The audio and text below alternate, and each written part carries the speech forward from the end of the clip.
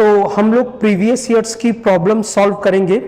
तो सबसे पहले जो सम बेसिक कॉन्सेप्ट जो कि पहला चैप्टर आपकी बुक्स में रहता है, ये बहुत इंपॉर्टेंट चैप्टर है और एक लेंदी चैप्टर है।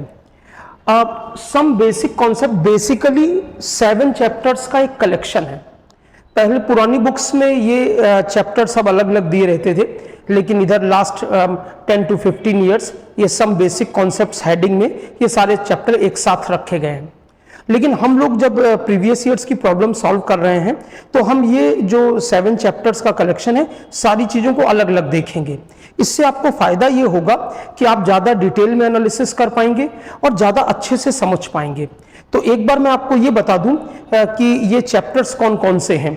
सम बेसिक कॉन्सेप्ट में देखिए, एक तो प्योर मोल कॉन्सेप्ट है, जिसमें हम लोग mole and number, mole mass, mole and volume, STP वाला, और problem based on molecular formula, density, relative density, एक टाइप का वेपर डेंसिटी, इन सब का यूज देखते हैं। तो इसको हमने नाम दिया प्योर मोल कॉन्सेप्ट। कई पुरानी बुक्स में ये मोल कॉन्सेप्ट के नाम से था। फिर उसके बाद है कंसंट्रेशन। अब कंसंट्रेशन तो पूरी फिजिकल केमिस्ट्री में हमको जरूरत पड़ती है। Molarity, molality, strength in grams per litre, percentage W by W, W by V, V by W, parts per million. Normality छोड़ के सारी कंसंट्रेशन हम लोग इसमें ले लेंगे। तो इसकी प्रॉब्लम्स हम लोग अलग देखेंगे, इसकी अलग हेडिंग में देखेंगे। फिर स्टोक्योमेट्री, जिसमें लॉ ऑफ केमिकल इक्विवेलेंट का यूज नहीं करेंगे, बैलेंस्ड केमिकल रिएक्शन और मोल की जो चीजें सीखी हैं उसको अप्लाई करेंगे। इसमें लिमिटिंग रिएजेंट का कॉन्सेप्ट सीखेंगे और थोड़ा सा अप्लाइड पोर्शन है ईडियोमेट्री का। वॉल्यूम की हेल्प से हम लोग मॉलिक्यूलर फार्मूला डेवलप करेंगे कंबशन रिएक्शन करा के। तो ये एक अलग चैप्टर हो जाएगा, बहुत इंपॉर्टेंट है। इसमें एक चीज सीखेंगे, प्रिंसिपल ऑफ एटॉमिक कंजर्वेशन। फिर फोर्थ टॉपिक हमने लिया है इक्विवेलेंट वेट एंड नॉर्मेलिटी।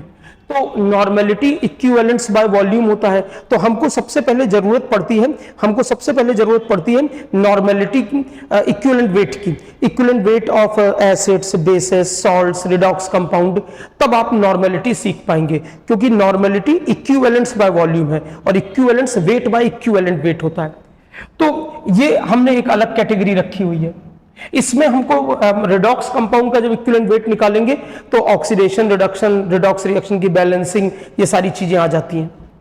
इसके बाद फिर वॉल्यूमेट्रिक एनालिसिस। इसमें हम लोग ये भी स्टोक्योमेट्री चैप्टर में ही काउंट किया जाता है, बट इसमें हम लोग वो वाली प्रॉब्लम्स रख रहे हैं जिसमें law of chemical equivalents apply करेंगे और बाकी बैलेंस केमिकल रिएक्शन का यूज तो जो है वो करेंगे ही, लेकिन लॉ ऑफ केमिकल इक्विवेलेंट्स का यूज जरूर होगा। तो जो हम स्टोक्योमेट्री है इसमें लॉ ऑफ केमिकल इक्विवेलेंट नहीं है, और इस वॉल्यूमेट्रिक एनालिसिस में हम लोग टाइट्रेशन वाली प्रॉब्लम, जहां भी law of chemical equivalent use करेंगे वो सारी प्रॉब्लम्स इस कैटेगरी में रखेंगे। इसके बाद 2 छोटी चीजें, एटॉमिक वेट्स, मॉलिक्यूलर वेट। इसमें अब उतने क्वेश्चन नहीं आते, लेकिन पहले आते थे। Cannizzaro's method, Dulong's and Petit's law, law of isomorphism, इन सबसे रिलेटेड जो चीजें हैं वो डिस्कस करेंगे। कुछ ही सवाल आए हैं अभी लेटेस्ट में, उनको करेंगे। फिर लॉज ऑफ केमिकल कॉम्बिनेशन, अब law of constant composition, multiple proportion, reciprocal, Gay Lussac's law of combining volumes, ये देखेंगे। तो इंपॉर्टेंट काफी सारे सवाल प्योर मोल कॉन्सेप्ट से आए हैं, कंसंट्रेशन से आए हैं, स्टोक्योमेट्री से आए हैं, इक्विवेलेंट वेट, वॉल्यूमेट्रिक एनालिसिस से आए हैं। इनसे थोड़े कम आए हैं। तो ये जो चैप्टर है, मैंने जैसा कि बताया कि काफी बड़ा चैप्टर है। हम लोग इसको 7 सब टॉपिक्स में ब्रेक करके इसके प्रीवियस ईयर्स के क्वेश्चन सॉल्व करेंगे। तो इसको आप अच्छे से समझ लीजिए, क्योंकि बड़ा इंपॉर्टेंट टॉपिक है। अच्छा, दूसरी बात यह है कि पहले जो प्रॉब्लम्स लेने जा रहे हैं वो प्योर मोल कॉन्सेप्ट वाला लेने जा रहे हैं। तो प्योर मोल कॉन्सेप्ट, फिर कंसंट्रेशन, इस ऑर्डर में। और हम लोग जो है जो भी लास्ट 5 ईयर्स में प्रॉब्लम्स है उनको पहले देखने जा रहे हैं। 2019 से लेकर 2023 तक जितनी प्रॉब्लम्स आई हैं, जितनी भी, हम सबको सॉल्व करेंगे इन हेडिंग्स के अंडर में।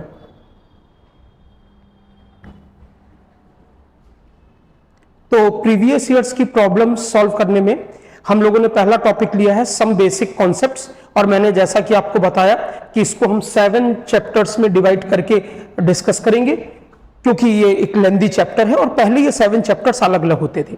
तो उसमें पहले प्योर मोल कॉन्सेप्ट पर जितनी भी प्रॉब्लम्स आई हैं वो सब हम लोग सॉल्व करेंगे लास्ट 5 ईयर्स की। फिर उसके बाद जब ये कंप्लीट हो जाएगा तब हम लोग और पहले की प्रॉब्लम्स देखेंगे।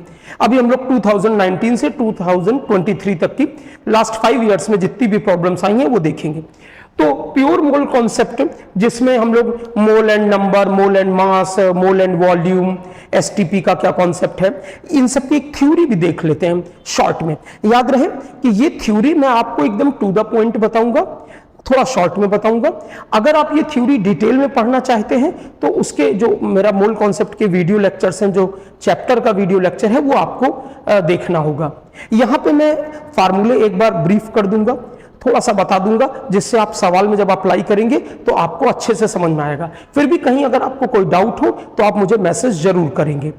तो प्योर मोल कॉन्सेप्ट में देखिए हम लोग क्या फार्मूले देखते हैं।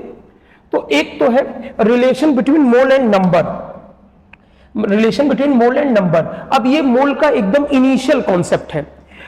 जैसे 1 डजन, हम लोग 1 दर्जन 12 को बोलते हैं, और कहीं भी दर्जन निकालना होता है तो नंबर बाय 12 कर देते हैं। जैसे 36 ऑरेंजेस हैं, अब हमसे कोई पूछे कि कितने दर्जन संतरे हैं तो हम 36 डिवाइडेड बाय 12, 3 आ जाता है, ये है ना। और इसका मतलब ये हुआ कि बेसिकली हम देख रहे हैं कि 36 में 12 के कितने ग्रुप बन रहे हैं, 3 ग्रुप बन रहे हैं, तो वो 3 दर्जन हो गया। उसी तरह जो मोल है ये 6.02 इंटू 10⁻23 चीजों के कलेक्शन को बोलते हैं। इसको हम लोग अवोगैड्रो नंबर बोलते हैं। अब अपने मोल कॉन्सेप्ट के लेक्चर में मैं ये भी बताता हूं कि ये नंबर कैसे आया, ठीक है, ऐसा ही नंबर अजीब सा क्यों चूज किया गया, या इसकी हमको एग्जैक्ट वैल्यू नहीं पता, इन सब पे डिस्कशन होता है। यहां पे हम लोग फार्मूले देख रहे हैं। तो मेरा ये कहना है कि जैसे 1 मोल इतनी चीजों का कलेक्शन है, तो 1 मोल एटम मतलब 6.02 इंटू 10⁻23 एटम्स। 1 मोल इलेक्ट्रॉन तो इतने सारे इलेक्ट्रॉन्स। 1 मोल मॉलिक्यूल्स जो कि एटम से मिलकर, जैसे methane molecule, N2 molecule, O2 molecule, CO2 molecule, glucose molecule, तो इतने सारे मॉलिक्यूल्स। अगर हमने कहा 2 मोल आयंस तो 2 इंटू दिस, जैसे हम बोलते हैं 2 दर्जन तो 2 इंटू 12, 5 दर्जन 5 इंटू 12, 2 मोल 2 इंटू अवोगैड्रो नंबर। हमने बोला 5 मोल प्रोटॉन तो 5 into 6.02 into 10⁻23 protons.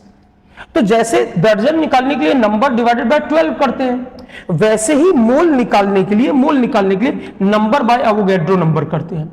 Number by Avogadro number, हम लोग कई बार ये नंबर ना लिख करके एक ये सिंबल यूज कर लिया करेंगे। तो नंबर बाय अवोगैड्रो नंबर। अब बेसिकली जब भी आपसे मोल पूछा जा रहा है तो ये पूछा जा रहा है कि 6.02 इंटू 10⁻23 के कितने ग्रुप बन रहे हैं, तो उतने से डिवाइड कर दिया। बट ये ध्यान रहे आपको एक इंपॉर्टेंट चीज, जैसे यहां 36 ऑरेंजेस हैं, तो जो दर्जन निकला वो ऑरेंजेस का निकलेगा, बनाना का थोड़ी ना निकल आएगा, एप्पल्स का थोड़ी निकल आएगा। उसी तरह जिसका मोल निकालना है उसी का number divided by Avogadro number करना। तो जैसे मेरा ये कहना है कि आपको मोल ऑफ एटम्स निकालना है तो number of atom divided by Na करोगे। मोल ऑफ मॉलिक्यूल्स निकालना है तो number of molecules divided by Na करोगे। मोल ऑफ इलेक्ट्रॉन निकालना है तो number of electrons by Na करोगे। मोल ऑफ आयंस निकालना है तो number of ions by Na करोगे। जिसका मोल निकालना है उसी का नंबर निकालोगे and divided by Avogadro number. मैं एक एग्जांपल से इसको समझाता हूं, फार्मूले भी हैं तो थोड़ा सा अच्छे से आप समझ लीजिए कि जैसे हमको दे दिया जाए कि 10 की पावर 5 और हमको दे दिया जाए H2O मॉलिक्यूल्स। ये अब हमसे पूछा जा रहा है कि पहले बताइए इसमें कि मोल ऑफ मॉलिक्यूल्स कितने हैं। वाटर मॉलिक्यूल्स, तो मोल ऑफ मॉलिक्यूल्स कितने, ये तो ये जो दिया हुआ है 10 की पावर 5 ये मॉलिक्यूल्स का नंबर है, बाय अवोगैड्रो नंबर कर देंगे। लेकिन अब हमसे बोला जाएगा कि मोल ऑफ टोटल एटम्स कितने हैं, एटम्स कितने हैं। तो देखो ये इतने मॉलिक्यूल हैं और सब में 3 एटम है, 2 हाइड्रोजन का 1 ऑक्सीजन का, तो 10 की पावर 5 मॉलिक्यूल, सब में 3 एटम, तो ये नंबर ऑफ एटम्स हो गए। तो अब डिवाइडेड बाय Na कर दीजिए। वही मैं कह रहा हूं, जिसका मोल निकालना है उसी का नंबर पता करिए and divided by Avogadro number. अब मान लो हमसे कोई बोल दे कि इसमें मोल ऑफ इलेक्ट्रॉन्स निकालिए, इलेक्ट्रॉन्स, तो अब आपको पता होना चाहिए कि यहां पर हाइड्रोजन में 1 इलेक्ट्रॉन तो 1 इंटू 2 क्योंकि 2 एटम है, और इसमें क्या है 8 होते हैं तो टोटल 10 इलेक्ट्रॉन्स हैं। तो इतने सारे मॉलिक्यूल हैं, सब में 10 इलेक्ट्रॉन है, तो ये नंबर ऑफ इलेक्ट्रॉन निकल गया बाय अवोगैड्रो नंबर। तो मैं यही आपसे कह रहा हूं कि जिसका मोल निकालना है उसी का नंबर पता कर लीजिए एंड अवोगैड्रो नंबर से डिवाइड कर दीजिए। ये मोल एंड नंबर का फार्मूला हो गया। अब आइए, अच्छा एक चीज है, अब हमें मान लो जैसे मोल हो गया नंबर बाय एन ए, अब कोई कहते मोल दिया है और हमको नंबर पता करना है, तो मोल में एन ए मल्टीप्लाई कर दो। जैसे 2 दर्जन 2 इंटू 12, वैसे 2 mole 2 into N A, 10 mole 10 into N A. तो उम्मीद करता हूं आप ये समझ गए होंगे। बार बार बोल रहा हूं, डिटेल्ड चीजों के लिए फिर आपको वो चैप्टर वाला जो वीडियो लेक्चर है वो पढ़ना पड़ेगा, ठीक है ना। लेकिन जब हम प्रीवियस ईयर्स की प्रॉब्लम सॉल्व कर रहे हैं तो मैं ये मान के चल रहा हूं कि कम से कम आपने टॉपिक पढ़ा हुआ है और इसलिए आपको फार्मूले पता है, बस एक बार मैं रिवाइज करा दे रहा हूं सो दैट अप्लाई करते वक्त आपको मुश्किल ना हो, ठीक है। अब ये थोड़ा सा ज्यादा इस पे ध्यान देना है, relation between mole and mass, ये बड़ा इंपॉर्टेंट है। अब ये मोल एंड मास, यही एक्चुअल कॉन्सेप्ट होता है मोल का। तो पहले एक पॉइंट समझिए कि जो एटम का एटॉमिक वेट या एटॉमिक मास एक ही चीज है। केमिस्ट्री की दुनिया में जब भी हम वेट बोलते हैं हमारा मतलब मास से होता है, ठीक है। तो एटम का एटॉमिक वेट या एटॉमिक मास होता है। याद रहे कि अब एटॉमिक वेट को दो तरह से एक्सप्रेस किया जाता है। अगर एएमयू में एक्सप्रेस करोगे, एएमयू में एटॉमिक मास यूनिट में, तो उसको हम बोलते हैं रिलेटिव एटॉमिक मास, और ये मास ऑफ वन एटम बताता है। ये बात बहुत मैं इंपॉर्टेंट कह रहा हूं। मैं तो कहूंगा कि इसको डिटेल में भी आप सीख लीजिएगा अगर आपको नहीं पता है सुनने के बाद कि आपको कितना आता है। मेरा ये कहना है कि एटॉमिक वेट एएमयू में ये रिलेटिव एटॉमिक मास है और ये मास ऑफ वन एटम बताता है। जैसे एग्जांपल के लिए नाइट्रोजन का 14 है, तो 14 एएमयू लोगे तो ये 1 नाइट्रोजन एटम का मास है, मतलब 14 एएमयू में एक नाइट्रोजन एटम है, तो एक एएमयू में 1/14 नाइट्रोजन एटम है, तो x एएमयू में x/14 नाइट्रोजन एटम है। तो मैं कहना यह चाहता हूं कि कभी भी हमको सैंपल का वेट एएमयू में दिया जाए, एएमयू में 1 AMU is equal to 1 by Avogadro number gram, वो एक अलग रिलेशन है, ठीक है। उसका डेरिवेशन नहीं पता है तो मुझे मैसेज जरूर करिएगा, मैं बता दूंगा आपको। तो वेट एएमयू में अगर दिया है सैंपल का और आपने एटॉमिक वेट से डिवाइड किया तो नंबर ऑफ एटम मिलेगा। जैसे अगर कोई एलिमेंट है उसका एटॉमिक वेट 20 है, तो मतलब 20 एएमयू का एक एटम, तो मैंने कहा 60 एएमयू मतलब 3 एटम, 60/20।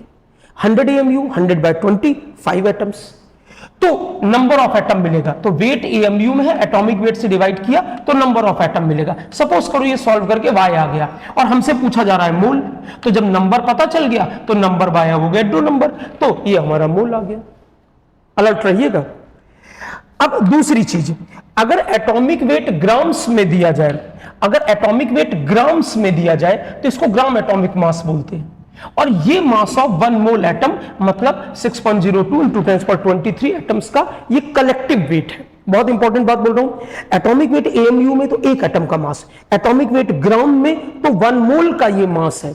एटॉमिक वेट ग्राम में तो ग्राम एटॉमिक मास ये 1 मोल का मास है, ठीक है। जैसे इसी को एग्जांपल लीजिए, नाइट्रोजन का 14 होता है, तो 14 ग्राम ये mass of 1 mole nitrogen atom है, मतलब 14 ग्राम नाइट्रोजन लेंगे प्योर, तो उसमें नाइट्रोजन एटम्स लिए हमने, तो उसमें 1 मोल नाइट्रोजन एटम्स है, ठीक है। वो 1 मोल का मास है तो उसके अंदर 1 मोल नाइट्रोजन एटम्स है। अब 1 ग्राम में कितने होंगे? 1/14 मोल। तो x ग्राम में कितने होंगे? x/14 मोल। इसका मतलब है अगर वेट कभी भी हमको ग्राम में दिया जाएगा, वेट ग्राम में दिया जाएगा सैंपल का, और अगर हम एटॉमिक वेट से डिवाइड करेंगे उसको तो मोल मिलेगा। यहीं पे ध्यान रखना है आपको। जब वेट एएमयू में दिया जाए एटॉमिक वेट से डिवाइड करेंगे तो हमको नंबर मिलेगा, और अगर वेट हमको जो है ना ग्राम में दिया जाए और अब हम एटॉमिक वेट से डिवाइड करेंगे तो हमको मोल मिलेगा। अब जब मोल मिल गया, मान लेते हैं सॉल्व करके बी मोल आ गया, ये बी मोल आ गया तो नंबर ऑफ एटम्स कितना हो जाएगा? बी मोल है तो बी इंटू एन ए। दोनों चीजों को समझिए। पिछली बार एएमयू में जब था तो हमको नंबर मिला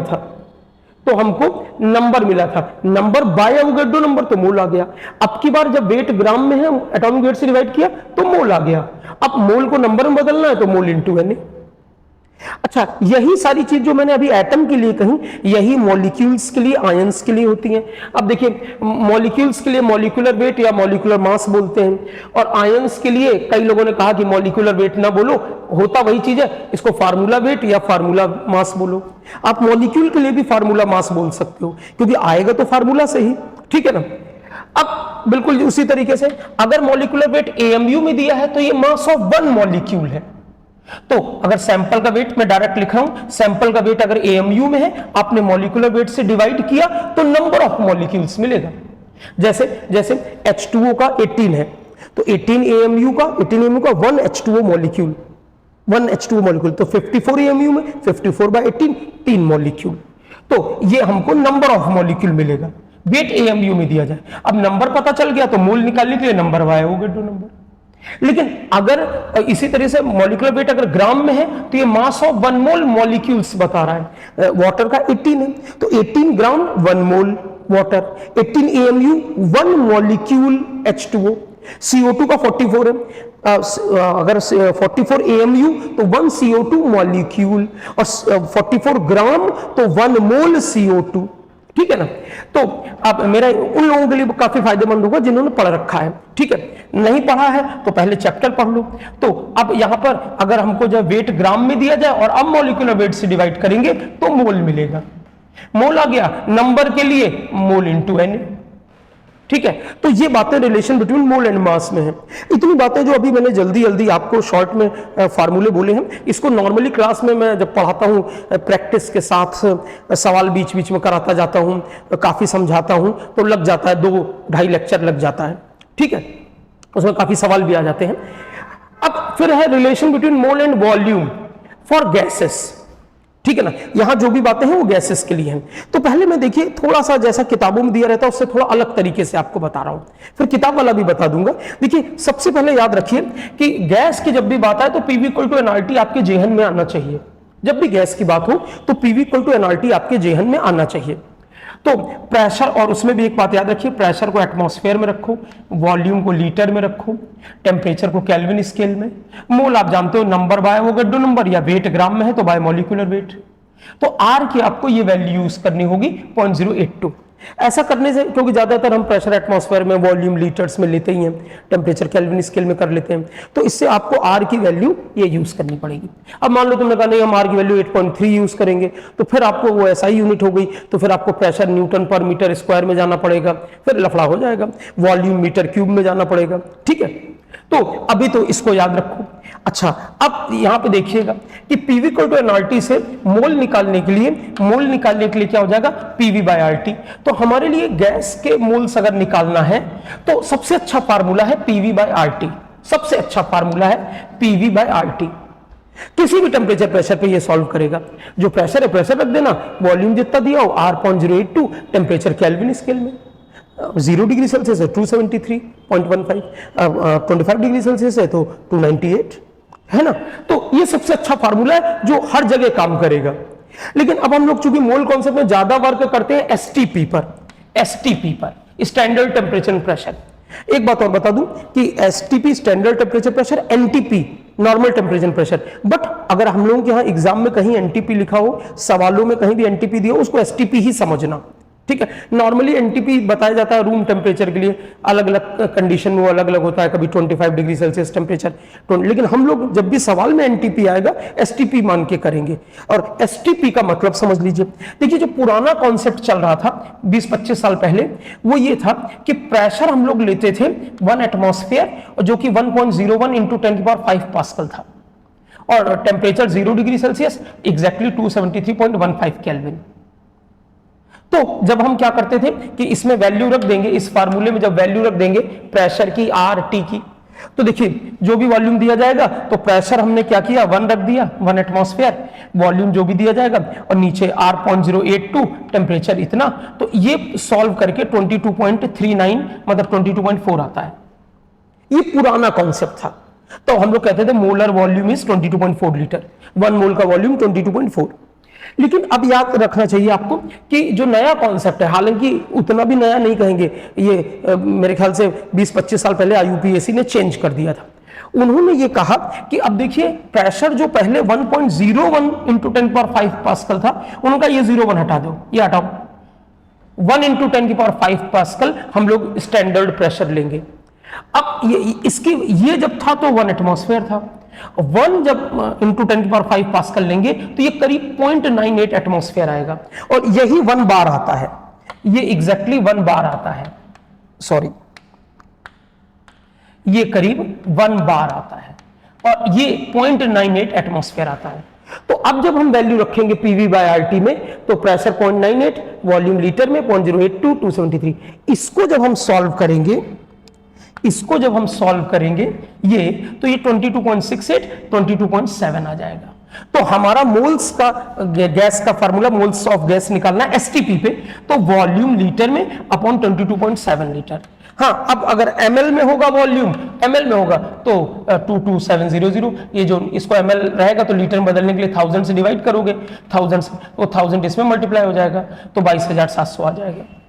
अच्छा, अब जब मोल मिल गए हैं तो नंबर ऑफ गैस मॉलिक्यूल के लिए मोल में Na मल्टीप्लाई कर दो। तो ये चीज थोड़ा ध्यान रहे कि ये 22.7 लीटर है, ठीक है। अभी जेई मेंस के एक सवाल में तो वो 22.8 लेके किया है, वो हमको ऑप्शन देख के समझ में आ जाएगा, ठीक है। तो मैं उम्मीद करता हूं कि ये फार्मूले आपको क्लियर हुए होंगे, relation between mole and number, mole and mass, mole and volume. अच्छा, इसको थोड़ा एक और तरीके से देख लें। जैसे हम लोग नॉर्मली इसको जब पढ़ते हैं तो कैसे पढ़ते हैं इसको, हम लोग क्या करते हैं कि देखिए पहले 1 मोल गैस का एसटीपी पे वॉल्यूम कितना होता है, तो पीवी इक्वल टू एनआरटी है तो वी हो जाएगा एनआरटी बाई पी, एन की जगह 1 कर दो, आर 0.082, ठीक है, और टी 273.15 केल्विन, और प्रेशर 0.98 नए वाले कॉन्सेप्ट से, तो ये जो है ना ये 22.7 लीटर आ जाता है। तो हम बोलते हैं कि volume of 1 mole gas 22.7 litre है, ठीक। तो हम कहते हैं कि 22.7 लीटर गैस एसटीपी पर है, तो वो उसके अंदर 1 मोल गैस मॉलिक्यूल है, क्योंकि 1 मोल का ये वॉल्यूम है, तो 22.7 लीटर गैस अगर एसटीपी पे है तो उसके अंदर 1 मोल है। तो 1 लीटर में कितना होगा, 1 डिवाइडेड बाय 22.7 मोल, तो V लीटर में कितना होगा, तो इंटू V, तो V अपॉन 22.7, ये इतने मोल्स गैस के हो जाएंगे।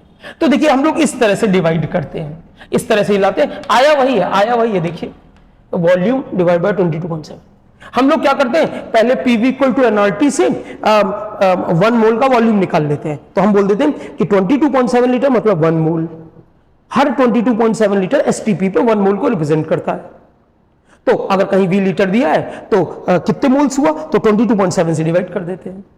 तो ये हमने पहले रिजल्ट लाए, उससे डिराइव किया, तो मैं तो कहता हूं डायरेक्टली इसी से देख लो, पीवी इक्वल टू एनआरटी तो सबसे अच्छा आपका पीवी इक्वल टू एनआरटी है।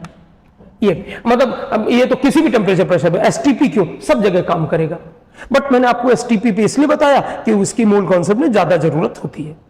तो ये तो फार्मूले हैं जो हमने relation between mole and number, mole and mass, ये अभी और भी कुछ फार्मूले हैं, जैसे मॉलिक्यूलर फार्मूले से क्या क्या इंफॉर्मेशन हम गेन कर सकते हैं, तो वो सवाल के टाइम में आपको बताऊंगा, जैसे ही मैं सवाल आएगा तो मैं पहले बता दूंगा तब, तो इसको आप जरूर रिवाइज कर लीजिए, ठीक है। तो अब हम जो है प्रीवियस ईयर्स की प्रॉब्लम्स प्योर मोल कॉन्सेप्ट की लेते हैं जो लास्ट 5 ईयर्स में आई हैं, लास्ट 5 ईयर्स में 2019, 2020, 21, 22, 23, पहले ये लेटेस्ट वाली जितनी भी प्रॉब्लम्स आई हैं प्योर मोल कॉन्सेप्ट पे, उनको हम लोग सॉल्व करते हैं, ठीक है।